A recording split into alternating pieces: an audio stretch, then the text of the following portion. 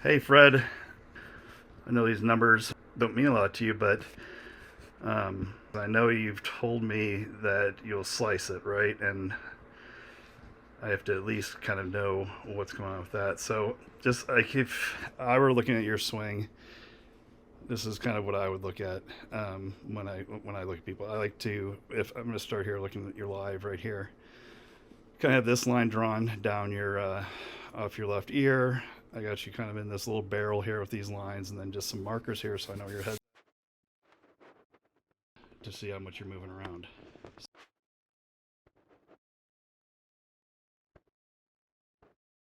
So what's a little bit interesting is the I'd say the how your lower and upper body move. So we have, in essence, your upper body, including your head. Watch your head goes towards the target on the way back, but yet on your lower body, you sway onto the outside. Look how outside your foot you are, and you come out of this. Okay, so what you see in most golfers is this. Um, Good golfers that by the time they get to where you're at transition, they've recentered completely. Okay, you haven't. You're still out here on your back leg. So basically, really good players from when they get to about right here. Now you shot a 73, so I guess you're in that really good player category, um, which is awesome score, buddy. From about this point to this point on, you should be done going back here. Okay, it should be everything should start moving forward. Okay, and you know if you know what they are, step drills are great to practice for this, and I can help you with what those are. I'll show you a video if you want, but those really help understand what we're supposed to do with that. But just looking at this, and I see how you're still loading till you get all the way up here, and then you move down. So the first thing I would do with you if I had a lesson was your leg structure, so that you pivoted within here. Now, if you came out of the line a little bit here at the beginning, I'd be fine. But by the time you get to the top, you'd have to be recentered. Okay. Now, you got your head a little forward, but yet I said, look at your leg. You're on your outside of your right foot. That's a killer. You should never be out there. Okay. We should be on the inside of our trail heel right here. Okay. Um, why? Because you bring in fat shots thin from getting out here.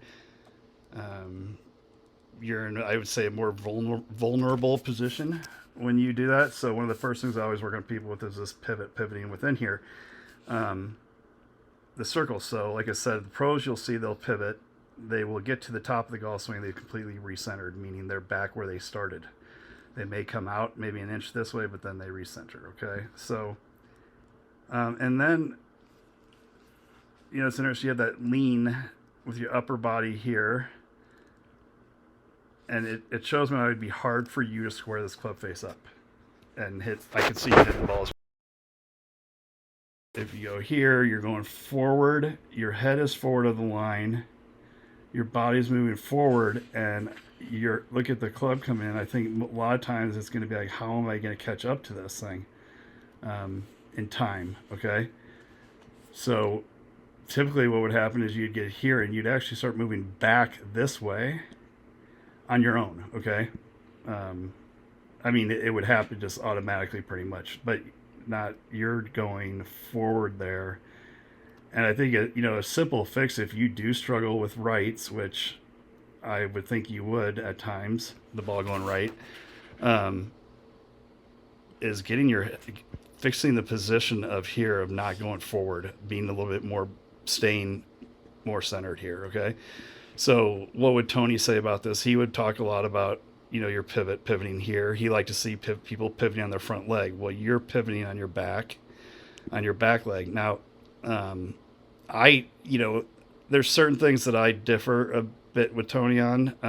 I don't think everybody is meant to be what's called a front post player, meaning pivot around their left leg. I think we have different strengths, meaning vertical, horizontal.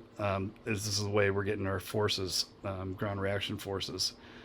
Or the linear forces, so which is just the swaying that you do from side to side. So we're gonna figure out you figure out which one is your strongest suit, and usually you work on that and one other, the 2 out of 3, and you're going to get a lot stronger distance. But I think, like, you do a lot of things really well. I feel like looking at your swing, if you could just figure out how to not rotate your head forward here and fix this pivot.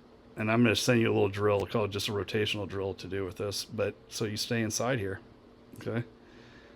You're going to be in a lot more powerful position. You'll hit your irons crisper. I think you're going to find it feeling like it's much more powerful. Okay. How do you practice it? I think it's best to kind of do it in a mirror with the club across your chest, and I'll show you how.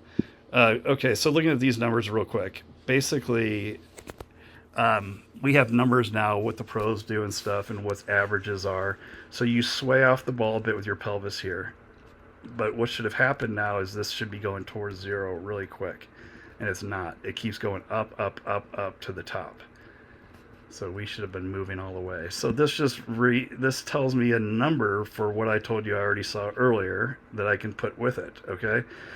So where I find a lot of value in this is, let's say we got a swing on your 73 day that, let's just say you say that was the best day you're striking the ball. And we have one of your swings on video to look at it, and you say, yeah, that's just one of my best swings. So then we can look at it and say, okay, well, Fred swayed about 1.2 inches. Now look at today, he's swaying 2.4. That's probably the issue, okay?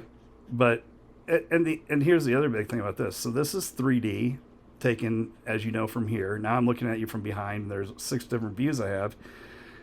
But the key is it will never lie to me about your golf swing. And the camera will if it's at the wrong angle. And it's really easy to get at the wrong angle. So that is why it's so incredible for online lessons. Thank you, my friend.